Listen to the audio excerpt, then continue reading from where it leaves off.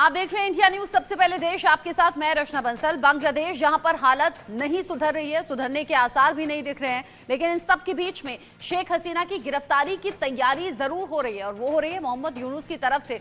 अब सवाल ये, क्या शेख हसीना की गिरफ्तारी वाकई हो पाएगी और क्या जो बांग्लादेश में स्थिति खराब है उन स्थिति में किसी भी तरह से कोई सुधार आ पाएगा? क्या वारंट यहां शेख हसीना को लेकर जारी कर दिया गया है और इन सब के पीछे हाथ बताया जा रहा है मोहम्मद यूनुस का। इन सब के बीच बड़ा अपडेट भी जान लीजिए। हसीना के खिलाफ यूनुस सरकार का एक्शन हो गया है तेज और ये एक्शन कुछ इस तरीके से सामने आया है कि यहां बांग्लादेश की यूनुस सरकार ने बड़ी कार्रवाई करते हुए शेख हसीना के खिलाफ वारंट जारी कर दिया है और शेख हसीना का, पूर्व पीएम शेख हसीना का पासपोर्ट कर दिया गया है रद्द। ये बड़ी कार्रवाई के तौर पर देखा जा रहा है। शेख हसीना समेत 95 लोगों का पासपोर्ट रद्द कर दिया गया है। जुलाई में विद्रोह के दौरान हुई मौतों का आरोप लगा है शेख हसीना पर और साथ ही साथ विद्रोह के दौरान जबरन लोगों को गायब करवाने का भी आरोप है। ये पहली बार नहीं जब शेख हसीना इस तरह के आरोपों को झेल रही हैं। इससे पहले भी शेख हसीना के नाम पर इन आरोपों को सामने रखा जा चुका है और अब शेख हसीना और साथ में और 95 लोग जिनके पासपोर्ट को रद्द कर दिया गया है और ये बड़ी कार्रवाई देखी जा रही है। कहा यह जा रहा है कि आने वाले वक्त में अब गिरफ्तारी की तैयारी भी मोहम्मद यूनुस की तरफ से हो रही है। शेख हसीना समेत 95 लोगों का पासपोर्ट कर दिया गया है रद्द। जुलाई में जो विद्रोह की अग्नि यहाँ पर जली थी, कई मौतें हुई थी, कई लोग लापता हो गए थे और इन सब के पीछे शेख हसीना और उनकी पार्टी को जिम्मेदार बताया गया और अब ये बड़ी कार्रवाई हुई है। शेख हसीना का पासपोर्ट रद्द हो गया है, गिरफ्तारी की तैयारी है। साथ ही साथ आप जानिए कि शेख हसीना की मुश्किलें बढ़ कैसे गई हैं। मोहम्मद यूनुस की सरकार क्या कुछ आरोप लगा रही है और किस तरीके से आरोप अब मढ़े जा रहे हैं और क्या मोहम्मद यूनुस की तरफ से बड़ा एक्शन हो रहा है। यहाँ बड़ा एक्शन, पासपोर्ट रद्द हुआ, जो पहली जानकारी मैंने आपको दी। साथ ही साथ शेख हसीना समेत जो 95 और लोग हैं उनके भी पासपोर्ट रद्द कर दिए गए हैं, यानी कि मुश्किलें शेख हसीना के साथ साथ उन 95 लोगों की भी बढ़ेंगी। जुलाई में जो विद्रोह की अग्नि जली थी बांग्लादेश में, जगह जगह लोग विद्रोह में सड़कों पर आ गए थे, कई मौतें हुई थी, कई लोग वहां से गायब भी हो गए थे और इन सब का आरोप लग रहा है शेख हसीना और उनके समर्थकों पर, उनकी पार्टी के नेताओं पर। 20 लोगों पर जबरन गायब करने का आरोप यहां पर लग रहा है। इन आरोपों के चलते मुश्किलें बढ़ सकती हैं और इसीलिए मोहम्मद यूनुस की तरफ से यह बड़ा एक्शन लिया गया है। 75 लोगों पर विद्रोह के दौरान मौतों का आरोप है। अब इन सभी आरोपों के चलते हसीना के खिलाफ 3 केस भी दर्ज कर दिए गए हैं। इन केसेस के चलते शेख हसीना के खिलाफ गिरफ्तारी वारंट जारी हुआ है। इसीलिए हम पूछ रहे हैं कि क्या अब शेख हसीना गिरफ्तार होंगी, क्योंकि गिरफ्तारी वारंट जारी हो गया है। आईसीटी ने हसीना के खिलाफ जारी किया है ये गिरफ्तारी वारंट और इस गिरफ्तारी वारंट के बाद शेख हसीना की मुश्किलें बढ़ती हुई दिख रही हैं। बांग्लादेश के इंटरनेशनल क्रिमिनल ट्रिब्यूनल ने ये वारंट जारी किया है शेख हसीना के खिलाफ और साथ ही उनके और जो साथी हैं उनके खिलाफ। आईसीटी ने 12 लोगों को गिरफ्तार करने के निर्देश दिए हैं। इन निर्देशों के बीच में शेख हसीना जो लगातार हिंदुस्तान में है, हसीना अगर भारत से हिलती भी हैं तो उन्हें गिरफ्तार किया जा सकता है, जो जानकारी मिल रही है अभी तो। लेकिन शेख हसीना भारत में है। हसीना समेत पूर्व जनरल और एक पुलिस पूर्व के प्रमुख भी हैं, यानी कि पूर्व पुलिस प्रमुख भी हैं, उन्हें भी गिरफ्तारी के यहाँ पर सीधे सीधे निर्देश दिए गए।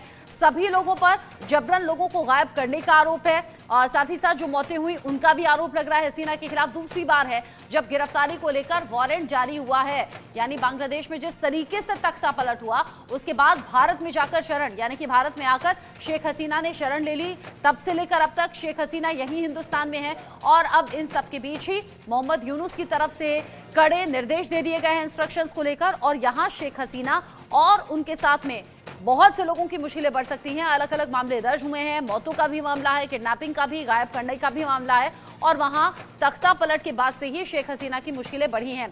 अब क्या गिरफ्तार हो जाएंगी शेख हसीना, इसको लेकर बात हम करेंगे। हमारे साथ में खास मेहमान जुड़ गए हैं।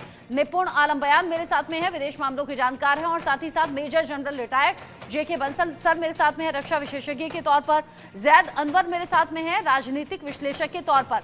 जिस तरीके से बांग्लादेश में स्थिति बनी हुई है और जो मोहम्मद यूनुस की यहाँ पर तैयारी दिख रही है, शेख हसीना के खिलाफ जो गिरफ्तारी वारंट यहाँ पर सामने आ गया है, मेजर जनरल बंसल, चूंकि हमने देखी है विद्रोह की अग्नि भी वहां देखा है हमने, तख्ता पलट भी और उसके बाद के बिगड़ते हालात भी।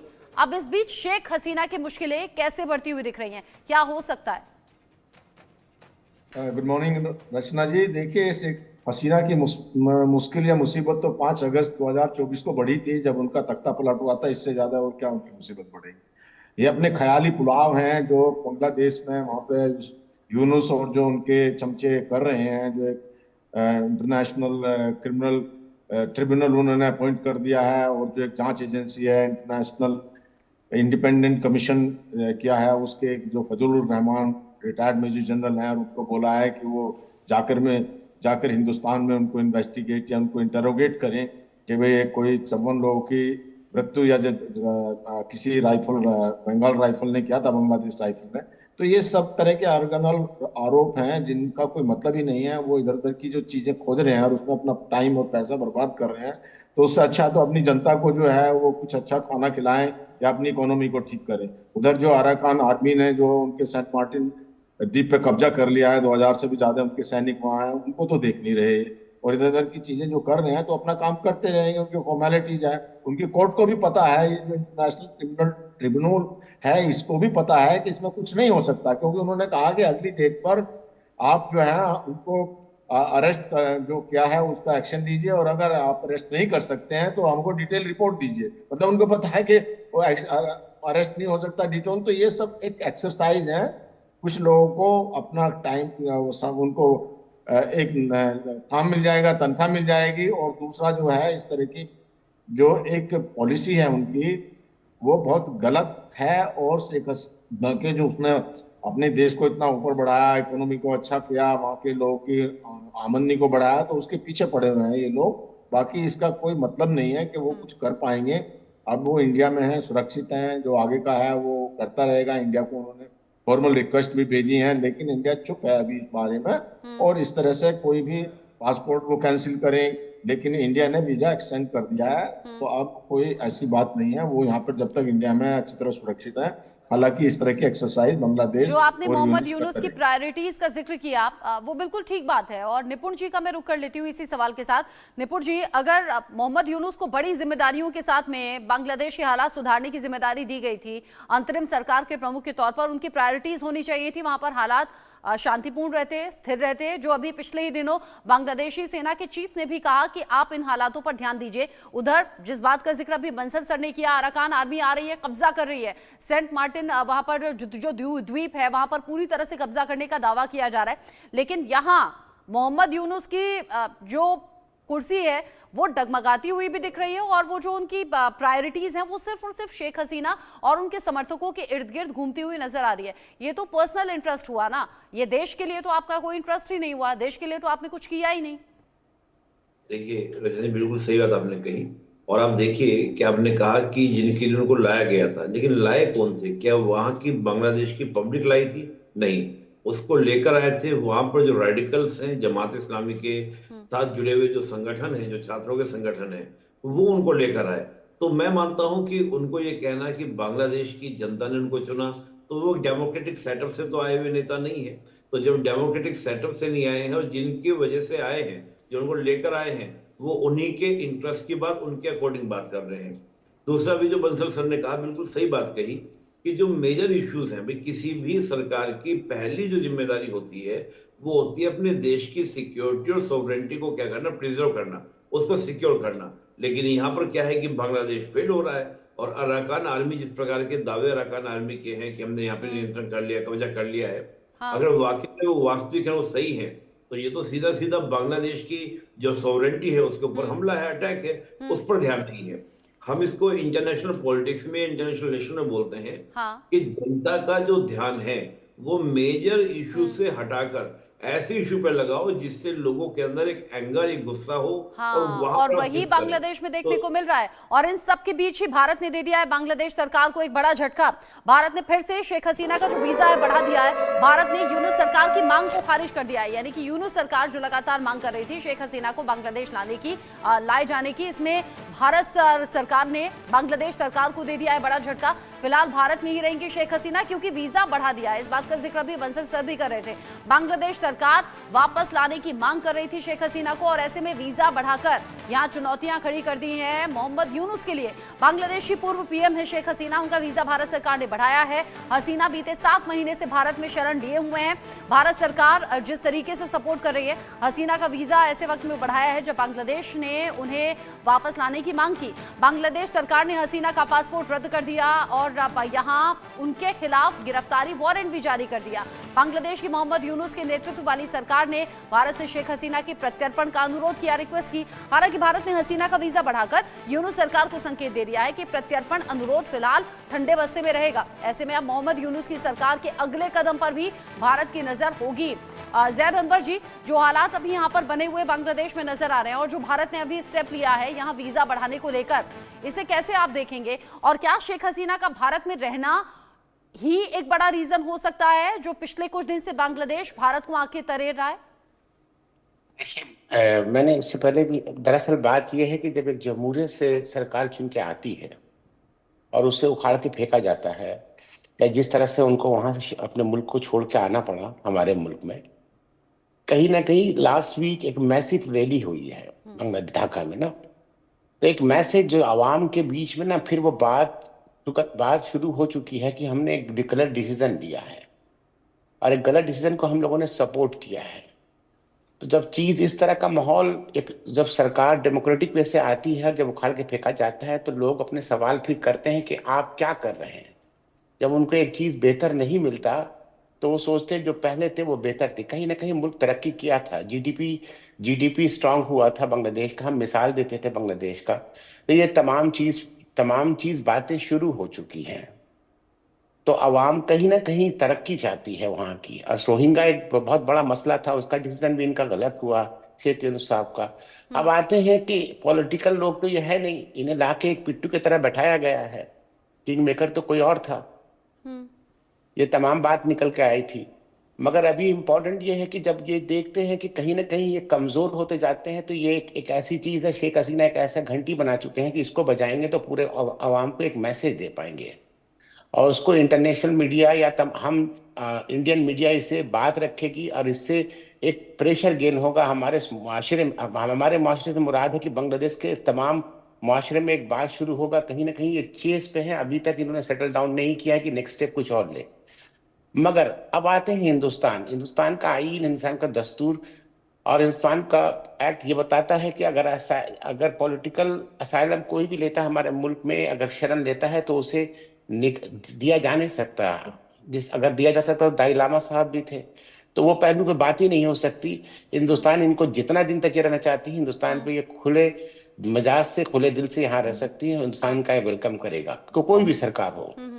मगर बांग्लादेश में आज बहुत बड़े बड़े मसले हैं, उस मसले को छुपाने के लिए ये कहीं ना कहीं शेख हसीना की बात करते हैं। हाँ। अगर शेख यूनुस साहब यानी मामलों को डाइवर्ट कर देना और वहां के लोगों में वो एंगर क्रिएट करना, वो गुस्सा भरना, और उस गुस्से का असर दिखाई दे भी रहा है। इन सब के बीच एक और बड़ा अपडेट है, बड़ा अपडेट ये कि बांग्लादेश के हाथ से फिसल गया है सेंट मार्टिन द्वीप, जिसका जिक्र अभी बंसल सर ने भी किया।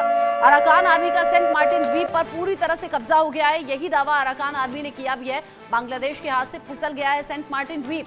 अराकान सेना के 2000 सैनिक यहां पूरी तरह से पहुंच गए हैं और कब्जा कर लिया है। यहां टेकनाफ, कॉक्स बाजार के कुछ इलाके पर कब्जा किया है, ये दावा नजर आ रहा है। बंगाल की खाड़ी में सेंट मार्टिन द्वीप है जहां पर अराकान आर्मी पहुंच गई है। यानी कि यहां बांग्लादेश में जो हालात पहले से बिगड़े हुए थे, उसमें एक और चैलेंज अराकान आर्मी ने खड़ा कर दिया है और ये चैलेंज सेंट मार्टिन द्वीप पर कब्जा करके यहां पर क्रिएट किया है।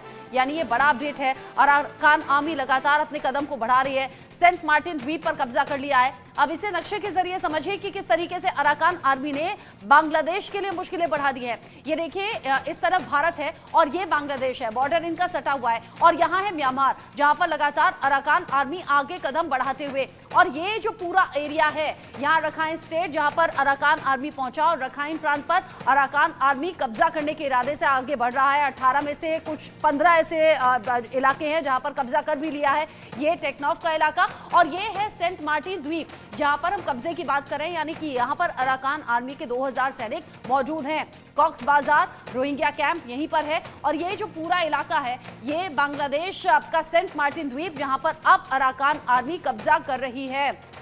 कब्जा करने का दावा करना, तस्वीरें भी सामने आना, यानी बांग्लादेश जहां पर पहले से हिंसा की घटनाएं हैं, लगातार हमले की जो खबरें सामने आ रही हैं, उसमें अराकान आर्मी ने सेंट मार्टिन द्वीप पर कब्जा करके एक और चुनौती दे दी है बांग्लादेश को। और ये चुनौती अब मोहम्मद यूनुस के लिए भी बड़ी होने वाली है कि देश के भीतर के हालात संभल नहीं रहे। उधर शेख हसीना की गिरफ्तारी की कोशिशें हो रही हैं, यहां भारत से प्रत्यर्पण की मांग हो रही है और इन सब के बीच ही सेंट मार्टिन द्वीप पर अराकान आर्मी ने कब्जा कर लिया है, जिसकी कई तस्वीरें भी सामने आ रही हैं।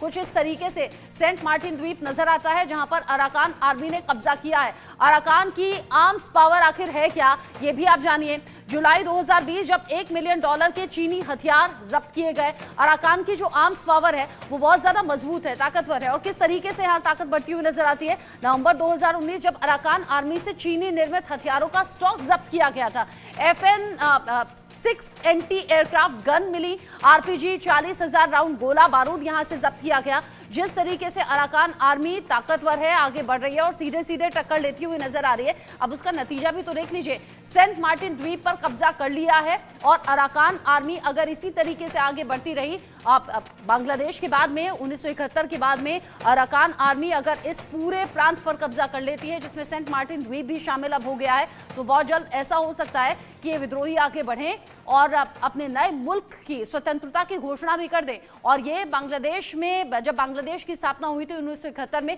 उसके बाद में पहला ऐसा देश होगा जो बन सकता है। अब इन सभी चर्चाओं के बीच में major general Bansal, Arakan army आगे बढ़ रही है अपने इरादों के साथ में। उधर बांग्लादेश जहां पर मोहम्मद यूनुस अपने ही देश के हालात संभाल नहीं पा रहे, ये पूरा जो डेवलपमेंट है, भारत सरकार इसको कैसे देखे या भारत की क्या स्ट्रेटेजी होनी चाहिए और बांग्लादेश क्या अब इससे निपट पाएगा या हाथ से निकल चुका है? देखिए, ये एक बहुत ही विषम परिस्थिति है। आप देखिए कि जो शेख हसीना की गवर्नमेंट का जो पतन हुआ है, उसमें सेंट मार्टिन द्वीप एक कारण था, क्योंकि शेख हसीना ने कहा था कि 2023 में बोला था कि अमेरिका चाहता है कि उनको सेंट मार्टिन द्वीप दे दिया जाए।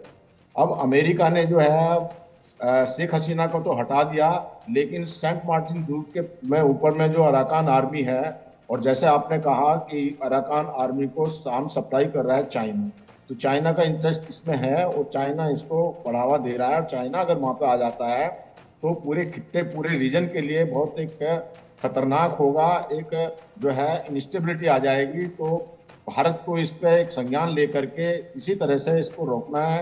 अब रोकने की प्रॉब्लम ये आ जाती है कि जब बांग्लादेश जो हमारे साथ में कोई मिलकर चल नहीं रहा और वो उनके पाकिस्तान के लोग उनके पास में आ रहे हैं, तो बांग्लादेश की जो आर्मी है और जो बांग्लादेश वहाँ क्यों सोया हुआ है कि जो अराकान आर्मी एक so called non state actor है, उनको जो है ये चैलेंज नहीं दे रहे हैं और वहाँ पे जो उनको आने दिया जा रहा है, तो ये बड़ा दुर्भाग्यपूर्ण बात है। ये बांग्लादेश के हुक्मरान जिसमें कि यूनुस हैं और वहाँ की आर्मी को भी सोचना है और उनको ये देखते हुए वहाँ पर इस तरह की कोई गतिविधि या अराकान आदमी को रोकना बहुत जरूरी है कि वो इस सेंट मार्टिन द्वीप के ऊपर में कब्जा ना करे या उनको निकालना बहुत जरूरी है। और यहाँ पर चाहे तो बांग्लादेश भारत की मदद भी ले सकता है। तो ये जो अभी बांग्लादेश को एक पॉजिटिव स्टेप लेकर के उस डायरेक्शन में बढ़ना है, नहीं कि एक भारत के साथ में अपने रिश्ते खराब करके अपना खुद उनका नुकसान इकोनॉमी का भी हो रहा है, उनकी टेरिटरी भी जा रही है। और जैसा आपने कहा, ये अराकान आर्मी पूरे बांग्लादेश के ऊपर में ही धीरे धीरे कब्जा कर लेगी और चाइना उसको प्रमोट करता रहेगा। और ये एक बहुत ही जो है लेकिन मेजर जनरल बंसल, ये चीन कैसा चालबाज है जो हर तरीके से अपना मतलब निकाल लेता है, पाकिस्तान से अपना मतलब निकाल रहा है, बांग्लादेश से करीबी बढ़ा रहा है और फिर बांग्लादेश में ही अराकान आर्मी को यहाँ उसके खिलाफ उतार कर और अराकान आर्मी को अपने हथियार सप्लाई करके, ये कैसी दोस्ती है और ये कैसी दुश्मनी है? चीन करता कुछ दिखता कुछ है, चालबाजी एक बार फिर से इस तरीके से सामने आ गई।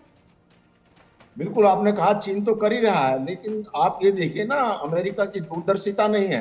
अमेरिका को कई बार जो है भारत ने भी एक हिंट किया था कि यहाँ पर जो है आप पाकिस्तान बांग्लादेश के साथ में को ज्यादा टाइट मत करिए, नहीं तो चाइना आ बैठेगा यहाँ पे। लेकिन बांग्लादेश ने जो है उसको उसकी गवर्नमेंट को गिरा दिया डीप स्टेट ने, और अब जो चाइना वहाँ धीरे धीरे अपना प्रभुत्व बढ़ाएगा। जो अमेरिका का एक सपना था या जो वो चाहते थे अपना सेंट मार्टिन द्वीप पे अपना कब्जा करना है, उसको एक क्रिश्चियन देश बनाना, वो तो चूर चूर हो ही गया।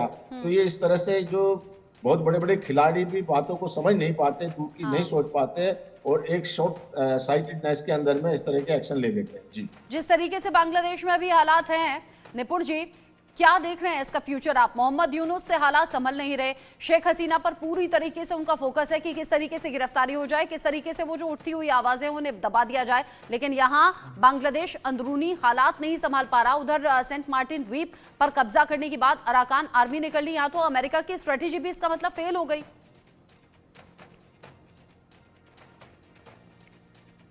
निपुण जी अनम्यूट कीजिए खुद को पहले। जी, बांग्लादेश के बारे में कहा जाता है कि जब वहां पर चावल का रेट बढ़ता है तो बांग्लादेश की सरकार भी जो है वो डगमगा जाती है। आज स्थिति ये है कि जो खाद्यान्न है, यानी जो फूड आइटम्स हैं, उन सब के लिए बांग्लादेश जो है भारत की ओर भी, अन्य और देशों की ओर भी ताक रहा है। चाहे वो आलू की बात करें, चीनी की बात करें, तमाम तरह चावल की बात करें, हमारी मदद से ही इस समय बांग्लादेश जो है वहां पर फूड क्राइसिस पे थोड़ा बहुत नियंत्रण पा रहे हैं।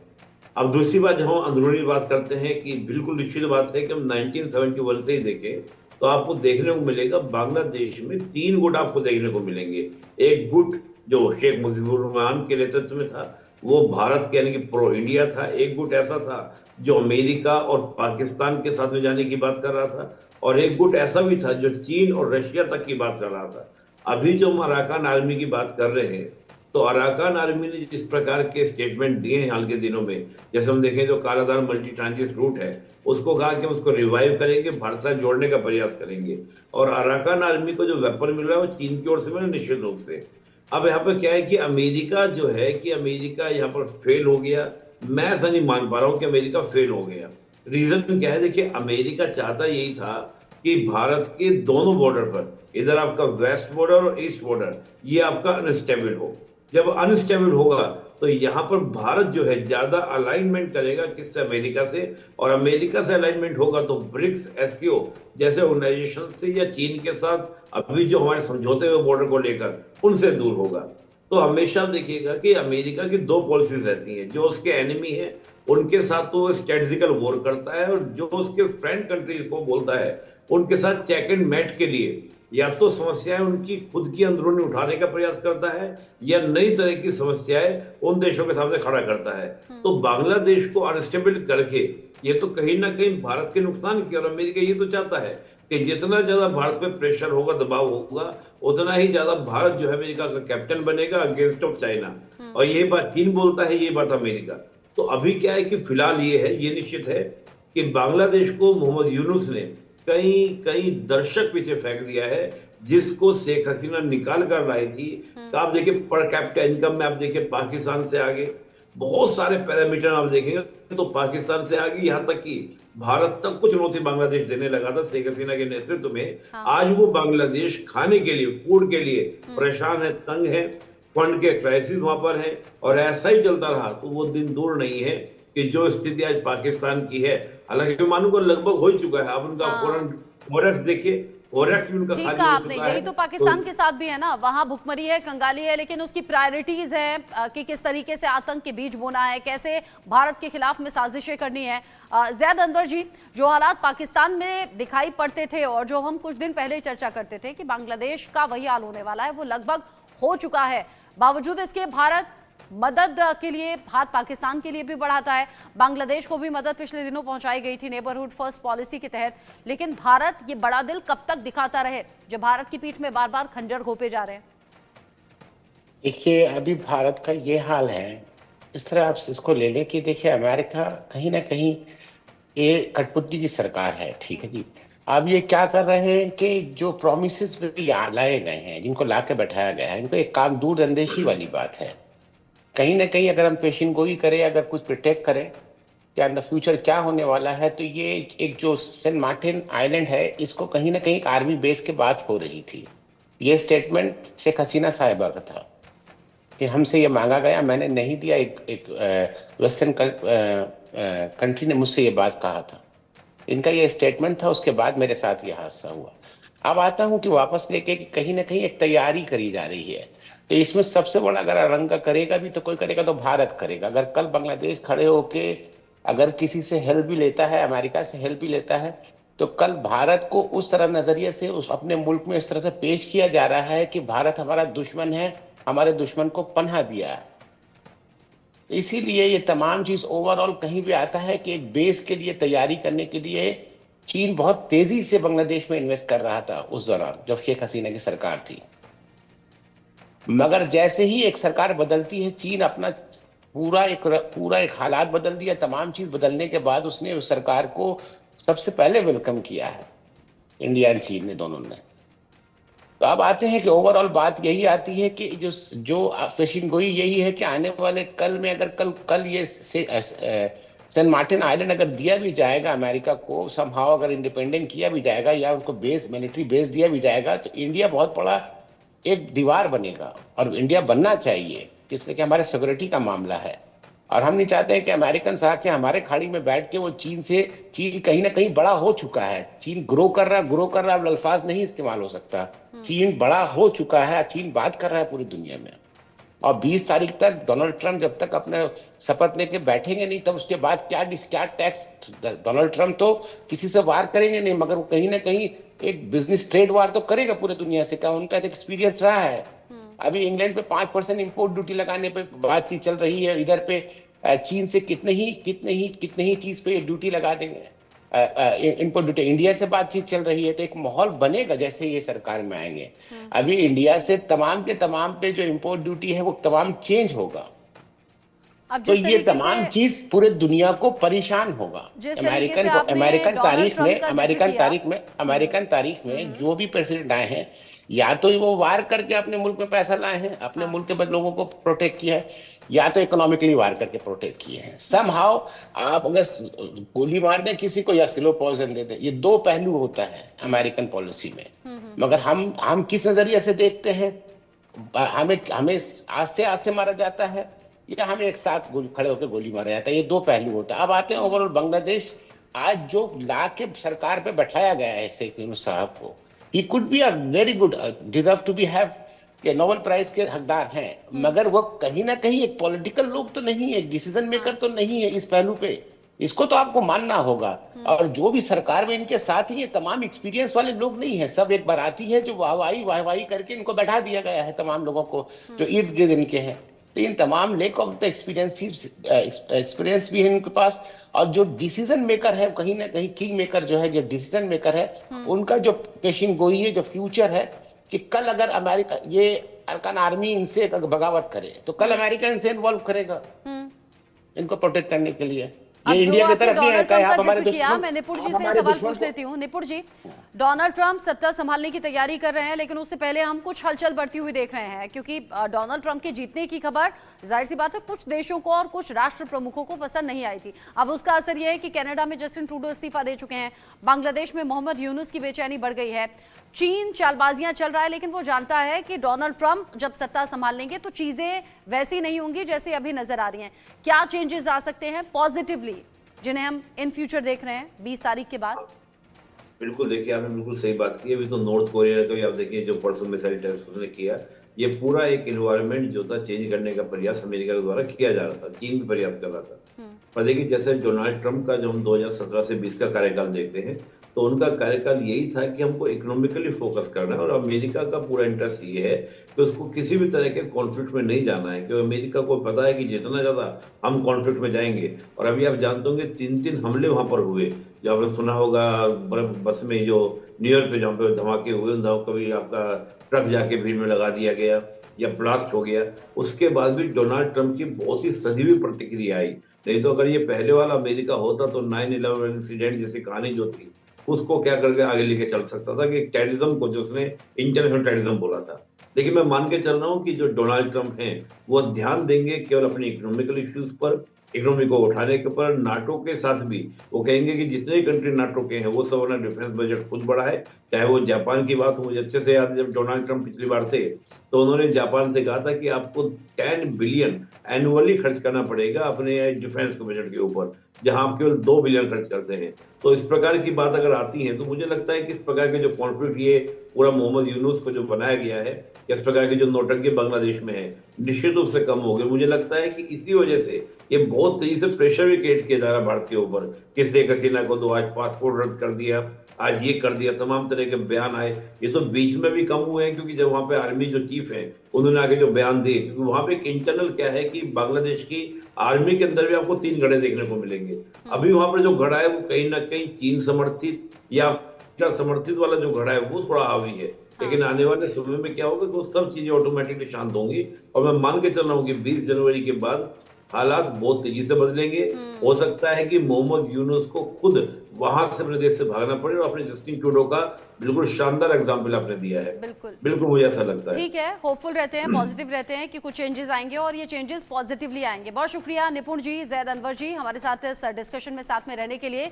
जेके बंसल सर आप रहिएगा, जो कि अगली खबर पाकिस्तान से जुड़ी हुई है और पाकिस्तान से बड़े अपडेट्स निकल कर लगातार